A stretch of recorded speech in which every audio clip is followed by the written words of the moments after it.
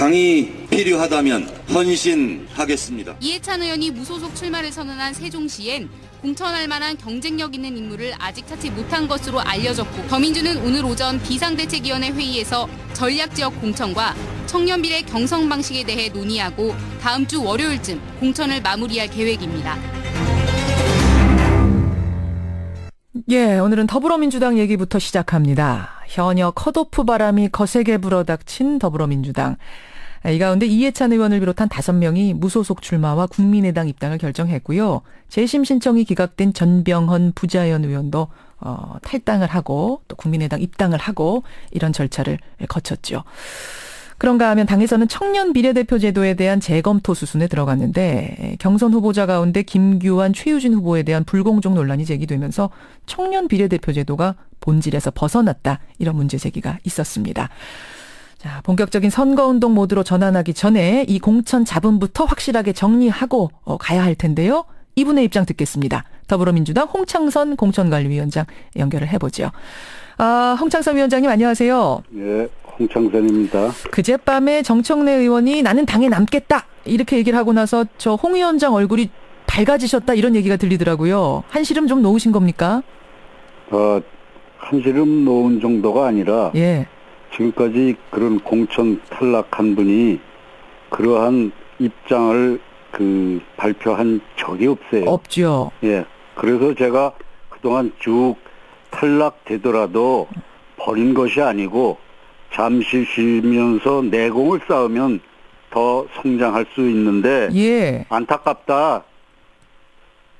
그러셨어요. 무소속 이런 형태를 보이는 게 자기 스스로 몸을 좀 망가뜨리고 있다, 그런 이야기를 애초부터 했습니다, 제가. 그러셨죠. 네. 그런 가운데 정청래 의원은 백예종군 컷오프 수용 결정을 내렸으니까 이제 좋을 수밖에 없는 건데, 공관 입장으로는 빠르면 가을에라도 재보선이 있을 수 있지 않습니까?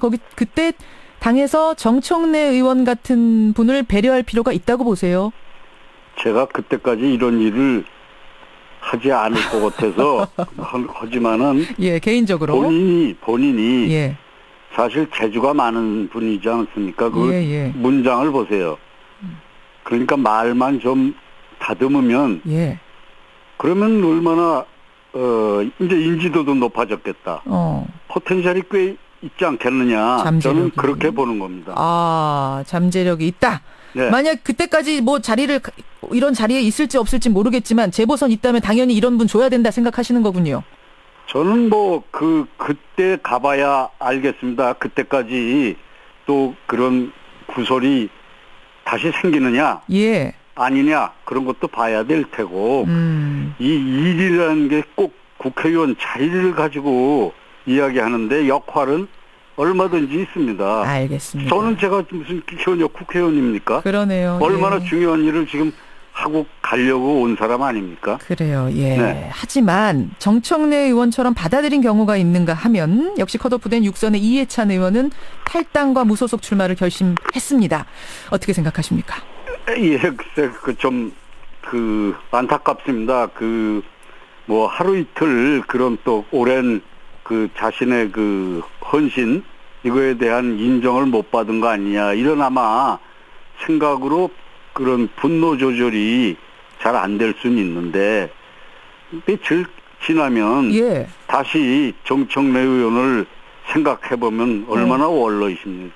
원로로서의 또 역할이 매우 중요하게 있다, 이런 생각이기 때문에 예. 조금 떨어져 생각하면, 예, 저희 위원회에서 건의한 그 내용을 생각하시겠죠. 그분이 여기 주인인데 왜 떠나겠습니까? 주인이 왜 떠나겠느냐. 그렇죠. 그럼 지금 무소속 출마 선언했습니다만 이거 얼마든지 다시 돌릴 수 있고 돌려야 된다고 생각을 하시는 거고. 저는 그렇게 생각합니다. 그래서 그러면 지금 세종시에 후보를 내지 않는 거 아니냐, 더민주가, 이런 얘기도 나오던데 혹시 기다리시는 거예요? 저는 그 문제는 또 달리 생각합니다. 그분이 만일 예, 돌아오시지를 않고 예, 한다면 저희는 당연히 후보를 내야지요. 후보를 내고 새로운 신진, 후진이 더 잘할 수 있다. 예. 이렇게 생각할 수 있습니다. 그러니까 후보를 내지 않는 것까지는 지금 염두에 두고 계시는 건 아니네요. 당연하다고 저는 개인적으로 생각합니다. 그런데 네. 그 지역에다가 박찬호 선수, 야구 선수 박찬호 선수를 영입해 넣으려다가 실패했다 이런 얘기도 들리더라고요. 그래서 저는 그게 언론 보도를 보고 창피해서 혼났습니다. 무슨 말씀이세요? 운동선수는 운동장에 있어야지 무슨 국회가 그런 TV 화면에 좀 나온다고 예. 와서 하는 그런 자리가 아닙니다. 그럼 이 영입 얘기는 없었던. 이미 예. 국민의 무슨 정당이죠? 이주일 정주영 회장이 예. 여러분들을 그때 다 이제 끝내는 지금 시대가 바뀌었는데 이런 코미디 같은 이야기를 하는 것 자체가 각자 제자리에 있어야 할 때는 제자리에 있고 예. 능력을 국가 발전에 기여할 수 있는 그런 분들은 들어와서 일을 할 수 있도록 만들겠다는 게 제 생각입니다. 그렇게 보세요. 그럼 문대성 선수 같은 경우에는 지금 국회의원 했었는데 이분도 그 제자리가 아니었다고 보세요? 그분 제자리 아니죠. 거기다가 표절에 뭐에 다 했는데 벌써 사퇴했어야 하는 제 눈높이에서는 알겠습니다. 넌센스죠. 그런데 무슨 인천 뭐 그래서 이 양반들이 도대체 정치를 어떻게 생각하나? 남의 당 얘기는 하고 싶지가 않습니다. 예. 어쨌든 뭐 운동선수를 이렇게 영입하는 것에 대해서는 생각해 본 적도 없고 한 적도 없는데 언론 보도가 잘못됐다 이 말씀이세요. 저는 그렇게 생각합니다. 또 하나 해결해야 될 문제가 청년 비례대표 논란입니다. 4명을 선발했는데 한 사람은 공관위 관계자에게 첨삭지도 비슷한 걸 받은 녹취록이 나오면서 문제가 됐고 또 한 명은 홍창선 위원장의 전 보좌관 출신이라는 게 알려지면서 또 문제가 됐고 이래서 경선이 전면 중단이 됐습니다. 예, 그게 제가 뭐 길게 얘기할 건 없고 제 이름을 대시니까 8년 전에 떠났고 저희 총선에서 그 패배하니까 의원 숫자가 모자라니까 그 사람도 직장을 구해야 될 거 아닙니까? 그러니까 한나라당 보좌관으로 갔던 겁니다. 이윤성 그때 국회 부의장 아마 실에 가서.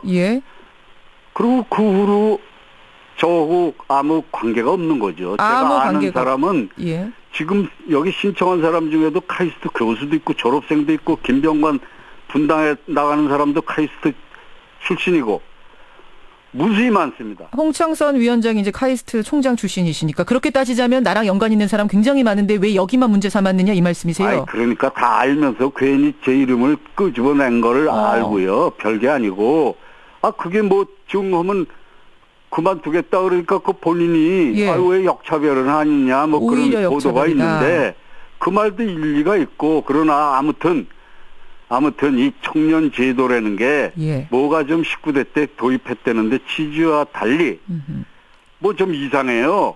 그 인터뷰를 해봤더니 아직 준비가 너무 안 된 청년들이 그런 거를 발견하고 모든 위원들이 이거는 아니다. 이런 의견이 있었어요. 그런데 그날 무슨 SNS로 뭘 녹취를 하고 기성장 정치인 뺨치는 행태를 보고 어떻게 이런 거부터 배우고 우선 자기의 그 능력을 어디 직장이라도 사회 경험을 쌓고 그러고 들어와야지 여기가 청년 일자리 하나 구해주는 게 국회 일자리는 아니다. 여기가 청년 일자리 하나 구해주는 데니? 아니 그런데 4년 전에 청년 비례대표로 뽑힌 김광진 장하나 의원은 어젯밤에 이제 컷오프가 됐습니다만 이분들은 청년 비례가 지난 4년 동안 무능했다는 얘기냐, 젊어서 의정활동을 못한다는 얘기냐 하면서 잘못은 오히려 직무를 유기하고 제도의 취지를 제대로 이해하지 못한 공관위에 있다. 사과하라. 이런 요구를 공개적으로 했습니다. 어떻게 생각하십니까? 그러니까 수준이 그거밖에 안 되는 겁니다. 그게 무슨 지금 그분들을 평가해서 이 얘기를 하는 게 아니라 지금 지원한 사람들의 수준이 아직 아니다. 그런 말씀을 드리고 이 제도 자체에 문제가 좀 있다는 것이 대체적인 의견이기 때문에 모두 그래서 재검토를 하겠다 그런 거고요. 수준이 이 정도밖에 안 된다는 말은 이거 김광진 장하나 의원이 들으면 굉장히 성내실 것 같은데요. 내가 그 두 사람에 대해서 이야기한 적이 없어요. 그건 아닙니까 지금 왜 수준은? 근데 누가 잘못되면 그 부모를 평가해야지 그 아무개 아들인데 그러면 그게 말이 됩니까?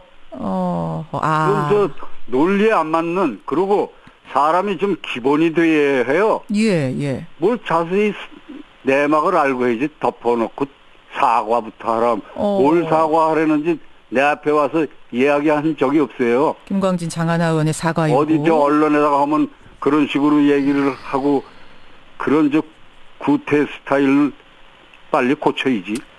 그럼 이 청년 비례대표 제도는 개인적으로는 아예 없애야 한다고 보세요? 아, 개인적인 게 아니라 예.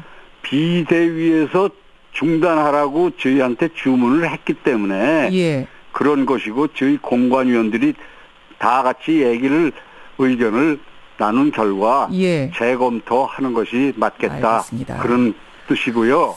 예. 청년이 뭐 거기 우리 그분들만 청년입니까? 청년이 많아요. 저희 비례대표에 전문직으로 신청한 사람 중에도 그 청년이 있어요. 굉장히 우수한. 예. 그래서 여러 점을 고려해볼 필요가 있다. 알겠습니다. 그런 의견들이 있습니다. 예. 이것 외에도 뭐 여쭐 게 많은데 한 30초 남았습니다. 예. 전반적으로 이번 공천 네. 어떻게 자평하세요? 편의상 뭐 수미양가라면은 스스로 몇 점이나 주시겠습니까?